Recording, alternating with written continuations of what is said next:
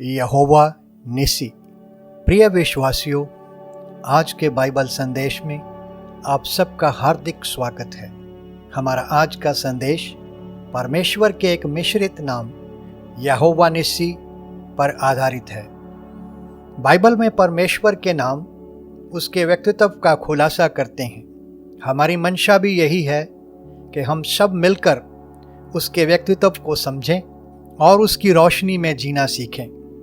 इस विषय पर बात करने के लिए आए हम निर्गमन की पुस्तक के अध्याय 17 की 13 से 16 आयत तक पढ़ें। यहोशू ने अनुचरों समेत अमालेकियों को तलवार के बल से हरा दिया। तब यहोवा ने मूसा से कहा, स्मरणार्थ इस बात को पुस्तक में लिख ले और यहोशू को सुना दे कि मैं आकाश के नीचे से अमालेक का स्मरण भी पूरी रीति से मिटा डालूंगा। तब मूसा ने एक वेदी बनाकर उसका नाम यहोवा निसी रखा और कहा, यहोवा ने शपथ खाई है कि यहोवा अमालेकियों से पीढ़ियों तक लड़ाई करता रहेगा।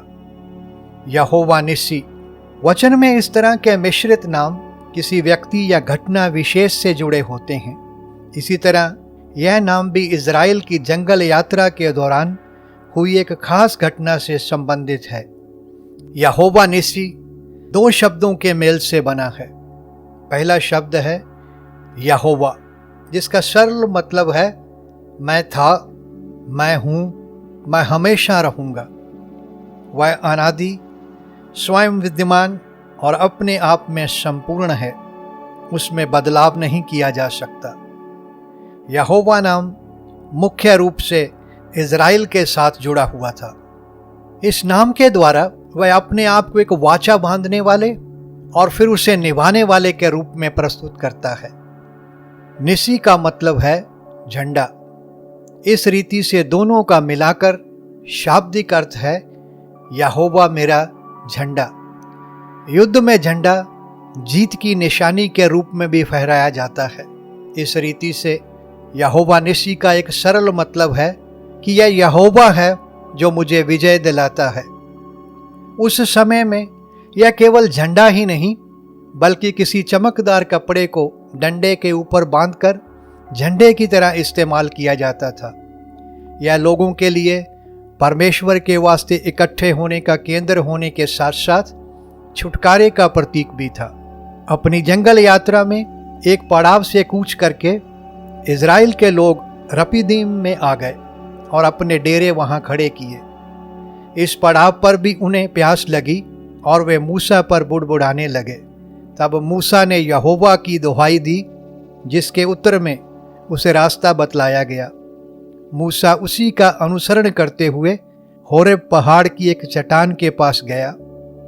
परमेश्वर के कहे अनुसार उसने चट्टान पर उसी लाठी से मारा जिस लाठी से उसने नील नदी पर मारा था। ऐसा करने से उस चट्टान से पानी निकला और लोगों ने पिया। इस बात का जिक्र भजन संहिता 78 में भी किया गया है। इस चट्टान के विषय में हम कुरिन्थियों की पहली पत्री के अध्याय 10 में पढ़ते हैं कि वह चट्टान मसीह था। जिस लाठी को मूसा ने पहले मिस्र के अंदर न्याय के रूप में इस्तेमाल किया था, अब उसी लाठी से उसने इस चट्टान पर प्रहार किया। इस प्रहार की वजह से पानी उपलब्ध हुआ। जब खुदावंद प्रभु यीशु क्रूस पर थे, तब हम सब के पाप उस पर लाद दिए गए। पवित्र परमेश्वर की ओर से पाप और पाप करने वाले मनुष्य पर जो न्याय बनता था वह उस पर हुआ। इस न्याय के प्रहार की वजह से वह क्रूस पर मरा। मरने के पश्चात वह दफनाया गया, परंतु वह मुर्दों में से तीसरे दिन जी उठा और फिर वापस स्वर्ग चला गया। उसके कहे अनुसार पिन्तेकुस्त के दिन पवित्र आत्मा का आगमन एक नई रीति से हुआ। यूहन्ना के सुसमाचार में जीवन के जल को पवित्र आत्मा के रूपक के रूप में लिया गया है।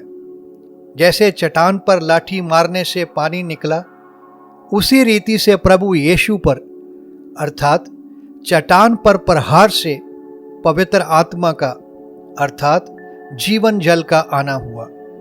इस घटना के पश्चात हम देखते हैं कि अमालेकी आकर रपीदीम में इजराइलियों से लड़ने लगे, क्योंकि बाइबल परमेश्वर का वचन है और इसमें अंकित बातें हमारी शिक्षा के लिए लिखी गई हैं। निर्गमन की पुस्तक का यह अध्याय 17 भी एक विश्वासी के व्यवहारिक जीवन से संबंधित महत्वपूर्ण शिक्षा देता है। अमालेकियों के इतिहास अथवा इनकी पृष्ठभूमि में जब हम झांकते हैं तो इनका संबंध याकूब के भाई एसाव से जुड़ा हुआ देखते हैं। यह वही एसाव है जिसने शरीर की भूख के लिए अर्थात एक बार के भोजन के बदले अपने पहलौठे होने का पद बेच डाला।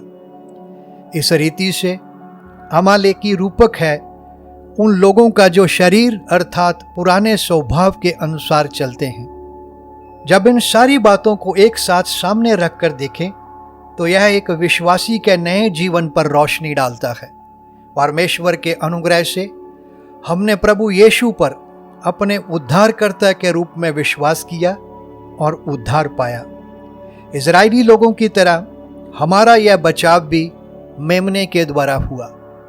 वचन की शिक्षा के अनुसार हर एक बचे हुए में पवित्र आत्मा बसा हुआ है।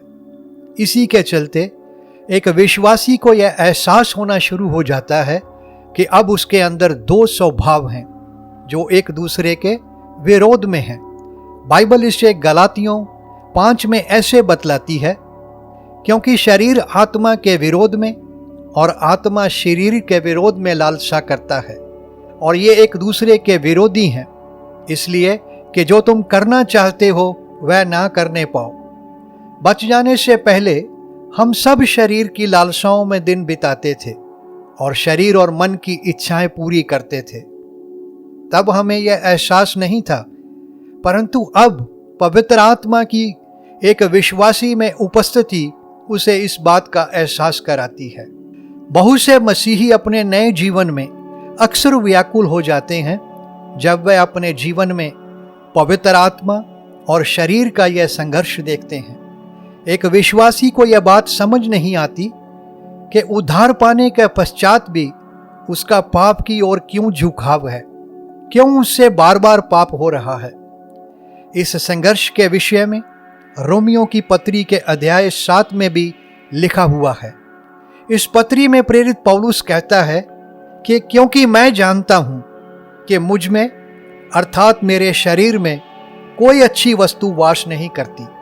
बाइबल का संदेश इस विषय में स्पष्ट है कि शरीर से कुछ लाभ नहीं। अगर परमेश्वर की निगाह में शरीर अर्थात हमारे पुराने स्वभाव की यह दशा है तो यह उसके कोई काम का नहीं। इसके साथ साथ इस बात का भी ज्ञान हर एक विश्वासी को एक बचे हुए को होना चाहिए कि परमेश्वर ना तो हमारे पुराने स्वभाव की मरम्मत करता है और ना ही इसे सुधार कर नया कर देता है। फिर इसका समाधान कैसे हुआ? जब खुदावंद प्रभु यीशु मसीह क्रूस के ऊपर मरा, वह मेरी जगह पर मरा। उसकी मृत्यु में मेरी मृत्यु हुई। हमारा पुराना मनुष्यत्व उसके साथ क्रूस पर चढ़ाया गया। मरने के पश्चात प्रभु यीशु को क्रूस से उतारकर दफनाया गया। परमेश्वर की निगाह से उसे हटाया गया। सरल भाषा में हमारे पुराने मनुष्यत्व का अर्थात वह सब जो हमें पहले आदम से मिला, मसीह की मृत्यु में उसका खात्मा हो गया और यीशु मसीह के दफनाए जाने में हमारे पुराने मनुष्यत्व को परमेश्वर की निगाह से हटा दिया गया। वर्तमान समय में इसका व्यवहारिक रूप वचन इस रीति से भी दर्शाता है कि जो मसीह यीशु के हैं उन्होंने शरीर को उसकी लालसाओं और अभिलाषाओं समेत क्रूस पर चढ़ा दिया है।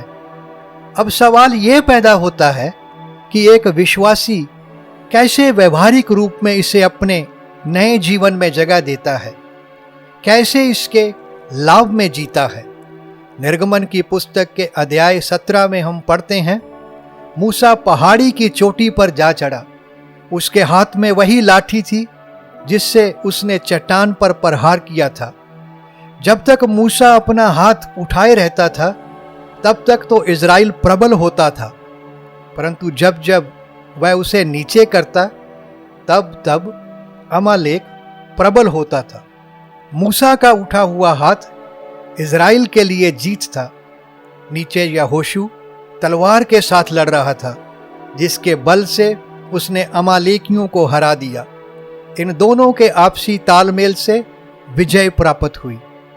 मूसा और यहोशू दोनों को रूपक के रूप में लेने से पहले हमें इस बात का ख्याल रखना होगा कि दोनों मनुष्य थे और उनमें कमजोरी थी। उदाहरण स्वरूप मूसा के हाथ भर जाते थे। हमने उनकी कमजोरी नहीं बल्कि उनसे रूपक के तौर पर जो सीख ले सकते हैं उस पर गौर करना है। पहाड़ी के ऊपर मूसा प्रभु यीशु का रूपक है और उसका उठा हुआ हाथ जीत का प्रतीक है। आज प्रभु यीशु का महिमा में होना उसकी विजय को बतलाता है। प्रकाशित वाक्य 3 में लिखा है, मैं भी जय पाकर अपने पिता के साथ उसके सिंहासन पर बैठ गया। नीचे मैदान के जंग में यहोशू पवित्र आत्मा का रूपक है और इफिसियों 6 के अनुसार आत्मा की तलवार परमेश्वर का वचन है। पवित्र आत्मा और शरीर के इस संघर्ष में एक विश्वासी को बजाय अपनी ओर देखने के उसे महिमा में अपने प्रभु यीशु की ओर देखना चाहिए। यह देखना उसे समझ देता है कि वह क्रूस पर अपना कार्य पूरा करने के पश्चात वहां पहुंचा है। यीशु मसीह की क्रूस की मृत्यु में शरीर का खात्मा हो चुका है। एक तरफ यह ऊपर जय पाए प्रभु यीशु की ओर देखना, दूसरी तरफ नीचे पवित्र आत्मा के बल से एक विश्वासी वचन के अनुसार आत्मा से देह की क्रियाओं को मारता है। इसी को बाइबल आत्मा के अनुसार चलना कहती है। और आगे चलकर ठोस भाषा में लिखा है, ऐसा करने से तुम शरीर की लालसा किसी रीति से पूरी ना करोगे। जो बात प्रभु यीशु की मृत्यु में किनारे कर दी गई, उसे एक विश्वासी भी पवित्र आत्मा की सहायता से किनारे करता है। यही मसीही जीवन का महत्वपूर्ण सबक है जो हर एक विश्वासी को मालूम होना चाहिए, ताकि वह भी विजयी जीवन जी सके। इस युद्ध में और भी रूपक हैं जो वचन और प्रार्थना की महत्ता की ओर संकेत करते हैं।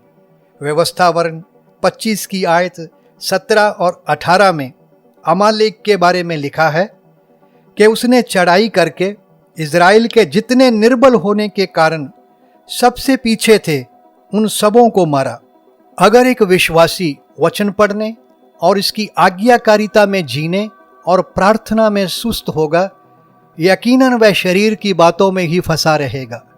अपने आत्मिक जीवन में विकास नहीं कर पाएगा, बिल्कुल वैसे ही जैसे इन आयतों में जो पीछे थे अमालेक के द्वारा मारे गए। यही वजह है कि बहुत से विश्वासी सिद्धता की ओर बढ़ने के बजाय आरंभ की बातों के इर्द गिर्द घूमते रहते हैं। अध्याय 17 की आखिरी आयत में लिखा है, यहोवा अमालेकियों से पीढ़ियों तक लड़ाई करता रहेगा। जब तक हम इस संसार में हैं तब तक यह स्वभाव हम में रहेगा, परंतु यह हम पर प्रबल न होगा अगर हम पवित्र आत्मा की अगुवाई में चलते हैं। प्रभु यीशु का आगमन निकट है और उसके आगमन पर वह हमारी दीनहीन देह का रूप बदलकर अपनी महिमा की देह के अनुकूल बना देगा। तब अपने वचन के अनुसार परमेश्वर अमालेक का स्मरण भी पूरी रीति से मिटा डालेगा। प्रिय विश्वासियों, वर्तमान समय में हम प्रभु यीशु के दूसरे आगमन की इंतजार में हैं कि कब वह आए और हम उसके साथ हों। इस इंतजारी के समय में हम अपने मसीही जीवन में जंगल से भी गुजर रहे हैं। ऐसे में हमें कई प्रकार के हालातों का सामना करना पड़ता है। इन समयों में हमारी मदद, हमारा बचाव है यहोवा निसी, परमेश्वर हमारा झंडा। उसका धन्यवाद हो जो हमारे प्रभु यीशु मसीह के द्वारा हमें जयवंत करता है। वह हमारी शरीर की अभिलाषाओं पर विजय के साथ साथ बाकी और हालातों में भी विजय देता है। परमेश्वर करे कि हम सब उसके व्यक्तित्व को जानें, उसकी ओर देखना सीखें, क्योंकि एक जयवंत मसीही ही आत्मिक विकास कर पाता है। जैसे प्रभु यीशु पर विश्वास कर बच जाना हर एक विश्वासी का हिस्सा है, वैसे ही यह विकास भी हर एक विश्वासी का हिस्सा है। इस विकास के साथ जीना प्रभु यीशु के क्रूस पर किए काम की कदर करना है। खुदा करे कि हम सब इस आत्मिक विकास के साथ जिएं। धन्यवाद।